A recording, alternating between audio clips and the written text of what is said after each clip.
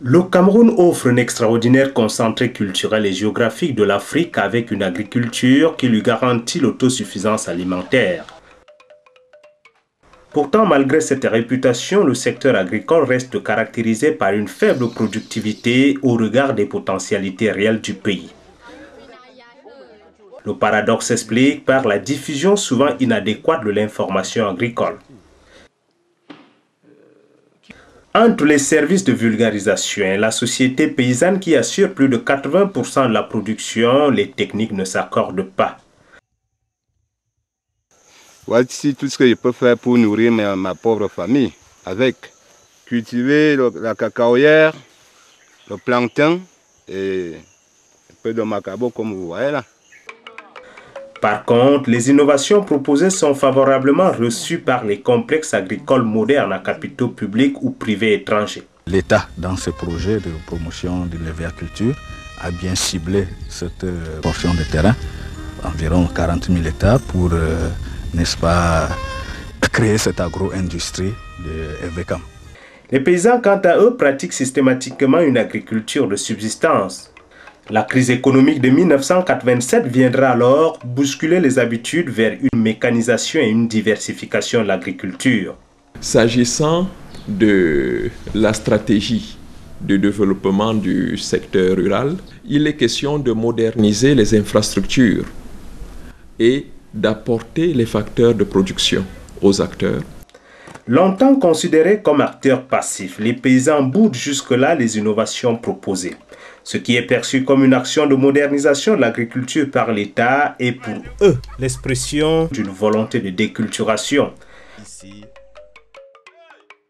À partir des années 90, les moniteurs agricoles se sont ravisés pour une démarche de type participatif, basée sur le dialogue avec les communautés rurales dans le cadre d'un nouveau programme national de vulgarisation agricole.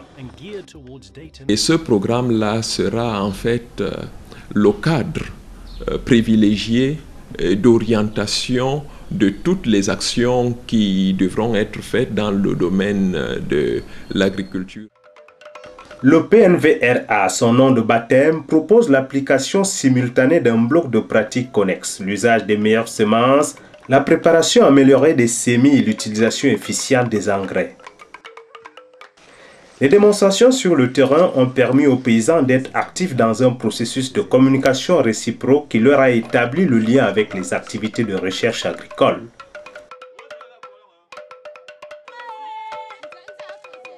Cependant, l'innovation technique ne dépend pas seulement de la production de propositions scientifiques et d'une bonne vulgarisation auprès du paysan, mais également de l'environnement de la production. On sème presque tout, les patates, les ananas, ça pourrit ici en brousse. Donc nous cultivons seulement comme ça, pour ne pas se fatiguer au village. Pour appuyer l'organisation collective du monde rural, les services de conseil et de vulgarisation ont le devoir de transformer la société traditionnelle. Il faudra que le partenariat recherche-développement puisse jouer pleinement son rôle, notamment par la diffusion à temps de tous les résultats de recherche déjà disponibles. Pour ce faire, le mouvement associatif reste le réseau d'apprentissage par excellence en milieu rural, surtout avec des femmes qui représentent l'épine dorsale de l'agriculture vivrière. Bon, l'école, ça s'apprend à tout âge, hein, vous savez.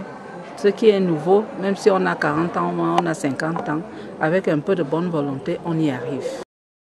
Malheureusement, beaucoup de barrières linguistiques et culturelles persistent encore, faute de moyens d'information et de communication appropriés. Des outils adaptés aux besoins et caractéristiques culturelles des villages pour assurer un progrès de connaissances techniques qui aille de pair avec le développement technique.